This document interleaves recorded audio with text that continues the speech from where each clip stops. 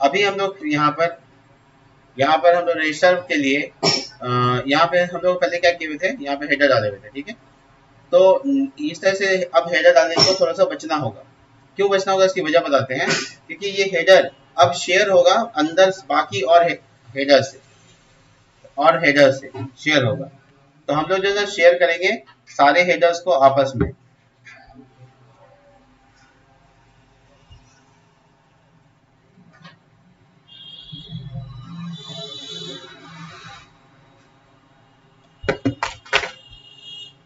तो हम अपना ना मेन जहाँ पे मेरा लेआउट डॉट जे जो रूट लेआउट है, तो यहाँ नेक्स्ट जेएस का थोड़ा डॉक्यूमेंटेशन भी देख लेते हैं, जो ये बताने की कोशिश कर रहा है कि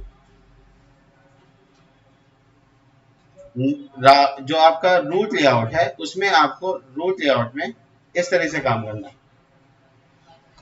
देखो अब आ जाएगा इसके अंदर।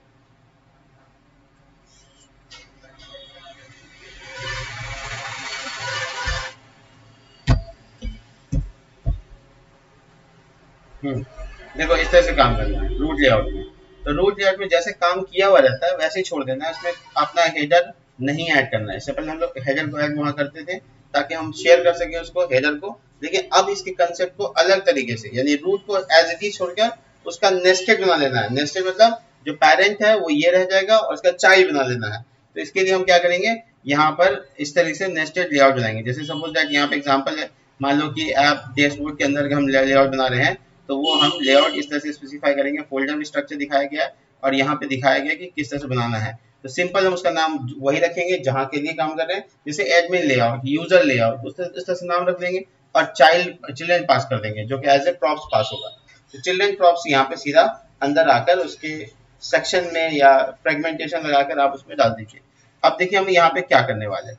देखिए हम जब है ना यहाँ से लेआउट में से हेडर हटा रहे हैं तो हमारा लेआउट बिना हेडर का हो जाएगा, यानी कि हमारा जो आउटपुट आएगा उसमें कहीं भी हेडर नजर नहीं आएगा। आपको देखिए ध्यान से, देखिए कोई हेडर नहीं है। अब आपका हेडर देखिए, पहले ये दिख लीजिए, ये इसमें हेडर नहीं है, स्लैश रजिस्टर दिखाते हैं। इस पेज में भी कोई हेडर नहीं दिख रहा आपको, बट आपको हेडर चाहिए। तो आपको मना कर दिया कि राउट लेआउट में आप अब हेडर नहीं डालिएगा। इससे पहले डालते थे, आज से नहीं डालिएगा। तो इसके लिए क्या तरीका है, तो देखिए रजिस्टर यहाँ पर आप दिख रहा है। इसी तरीके से एक लॉगिन नाम का ये फोल्डर होगा, मैं दिखाता हूँ आपको। लॉगिन तो पहले ही पेज है, सॉरी। तो हम लोग ना ये दोनों के लिए, ये जो पेज है पहला पेज, पेज डॉट जेएस, और इसके लिए, ये सब के लिए ना इसका एक और लेआउट बना सकते हैं, लेआउट डिजाइन कर सकते हैं। उसको हम लोग फोल्डर स्ट्रक्चर कर सकते हैं। फॉर एग्जांपल ये पेज हो गया और बाकी चीजें जो हो गई वो सब के लिए लेआउट हम लोग डिजाइन कर सकते हैं। जैसे हम अभी फिलहाल एडमिन को करके दिखाते हैं। जैसे ये एडमिन फोल्डर है, तो इस एडमिन फोल्डर में इसका लेआउट डॉट जेएस बना हुआ है, बट हमको इस तरीके से काम नहीं करना। हमको सिंपल लिखना है एक्सपोर्ट डिफॉल्ट। हम अपना कंपोनेंट बनाएंगे और उसका फंक्शन का नाम, या हम कौन सा तो नहीं बना सकते फंक्शन, उसका नाम लिखते हैं एडमिन लेआउट। नेस्टेड लेआउट बन रहा है, मतलब लेआउट के अंदर लेआउट बन रहा है, और इसके अंदर चिल्ड्रन नाम का पैरामीटर पास कर देंगे। इसके अंदर सिंपल रिटर्न करेंगे, एक सेक्शन लिखो, डिवीजन लिखो। ये तो एचटीएमएल का कोड है, तो आप सेक्शन भी लिख सकते हैं, डिवीजन भी लिख सकते हैं। सिलेक्शन क्या लिखिए, सेक्शन, इस तरीके से। अब इसके अंदर आपको चाइल्ड डाल देना है जो आपने प्रॉप्स में पास किया था, ठीक है। अब आप इस सेक्शन में चाइल्ड के पास करने से पहले आप चाहें तो अपना हेडर वगैरह डाल सकते हैं, ठीक है। तो आप अपना यहाँ पे हेडर डाल दीजिए। जैसे हम एडमिन हेडर बनाए हुए हैं, एडमिन हेडर यहाँ पास करते हैं। तो ये बहुत इजी तरीके से यहाँ पर ले लेगा, कोई दिक्कत नहीं आएगा। तो अब इसका मतलब ये हुआ कि जो बाहर का जो मेरा यहाँ पर लेआउट है, लेआउट डॉट जीएस, वो अपना डेटा सारा लेकर जाएगा और अपने चाइल्ड को बदल देगा। किससे, इससे बदल देगा। और उस चाइल्ड में उसको क्या मिलेगा, सॉरी एडमिन, ये यूजर का है, एडमिन का यहाँ, तो एडमिन में उसमें ऐप हेडर भी मिलेगा। तो ये कंसेप्ट से काम किया हमने। और देखिए ये यहाँ पर एडमिन, और देखिए इसमें कोई एरर नहीं, सारा एरर फ्री हो गया। नीचे जो 3 एरर आ रहा था वो आना बंद हो गया, और हम लोग इससे आराम से मैनेजमेंट भी कर लिए। मेरा हेडर भी चेंज हो गया, मेरा डिजाइन भी चेंज हो गया। ऐसे ही है यूजर के पास भी है, देखिए ये यूजर के पास है। तो यूजर का जो सारा एडमिन हेडर होगा वो यूजर के पास चला जाएगा। इसी तरीके से हम लोग यहाँ पर पब्लिकली ग्रुप भी बना सकते हैं, पब्लिक के लिए। जैसे हम मान लो एक फोल्डर बना दिया पब्लिक नाम से, लेकिन फोल्डर अगर हम ग्रुप बना रहे हैं इस तरह से कि राउट में ना आए तो उसके लिए छोटी ब्रैकेट लगाना पड़ता है, तो हम एंटर मार दिया। अब मेरा रजिस्ट्रार का जितना काम है ये एडमिन को मोड़ देते, देखो ये डीबी को भी हम मोड़ देते हैं, नहीं बना हुआ ना यूजर के लिए, नहीं यूजर लॉगिन होने के बाद क्या स्थिति है, एक मिनट को याद नहीं है कि डैशबोर्ड है, तो इसी में रजिस्टर भी घुसा देते हैं। रुको पब्लिक फोल्डर रीड मार देते हैं, रजिस्टर बाहर है, देखो ये रजिस्टर बाहर है, इसको हम लोग यूजर के अंदर ही डाल दिया। तो इससे कुछ राउट में कोई दिक्कत नहीं आएगी क्योंकि छोटी ब्रैकेट में लगा हुआ फोल्डर सिर्फ ग्रुप होता है, उससे ज्यादा कुछ नहीं होता है। यानी हम page.js जो बाहर लिखा हुआ है उसको भी हम ग्रुप के अंदर डाल सकते हैं, कोई दिक्कत नहीं आएगा। यानी हम इसके अंदर में अपना लेआउट नया बना सकते हैं। तो हम ये एडमिन लेआउट लिख रहे थे इसमें गलती से, इसका नाम हो गया पब्लिक लेआउट मान लो, ठीक है पब्लिक लेआउट, और इसके अंदर हम लोग पब्लिक वाला हेडर ऐड कर देते हैं।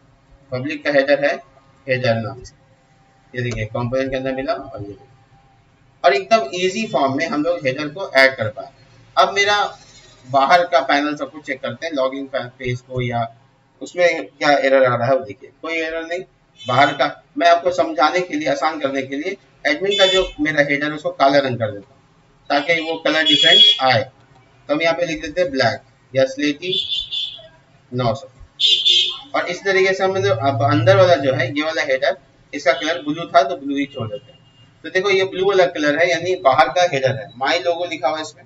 और जब हम एडमिन पे स्लैश एडमिन पे जाएंगे कितना शार्पली ये स्लैश वाला है, यानी एडमिन के लिए हेडर आराम से मैनेज कर सके और काम कर सके।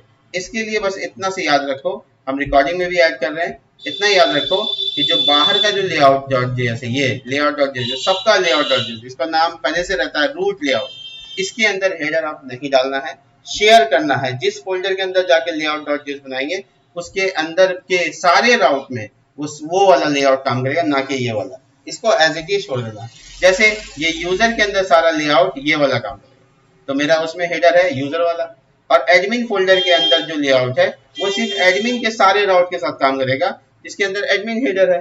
तो हम लोग इजीली मैनेज कर सकेंगे आसानी से। तो देखो मेरा कोई एरर नहीं, जो 3 एरर आ रहा था और ये कई बार आता है, तो इसको हम लोग अवॉइड कर रहे थे, बार बार अवॉइड कर रहे थे क्योंकि ये एरर हमको काम करने दे रहा था। लेकिन जब हम लोग इसको कंपाइल कर रहे थे पिछले वाले प्रोजेक्ट में भी, जब हम लोग कंपाइल कर रहे थे तो हम लोग को टेलविन सीएसएस का काफी एरर आ रहा था, जिसकी वजह से हम लोग को ना पता चल रहा था कि कहीं ना कहीं इंटरप्ट हो रहा है कंपाइल। तो वो यहाँ पर 3 एरर की वजह से हो रहा था, तो स्टार्ट कर रहा था, हम लोग उसको रिमूव कर दिया और देखो ये लॉजिक से काम करने की कोशिश की गई। अभी लॉगिन के पेज में भी है और रजिस्ट्रार के पेज में भी है, दोनों जगह एरर सेम है। अरे बोलो ना।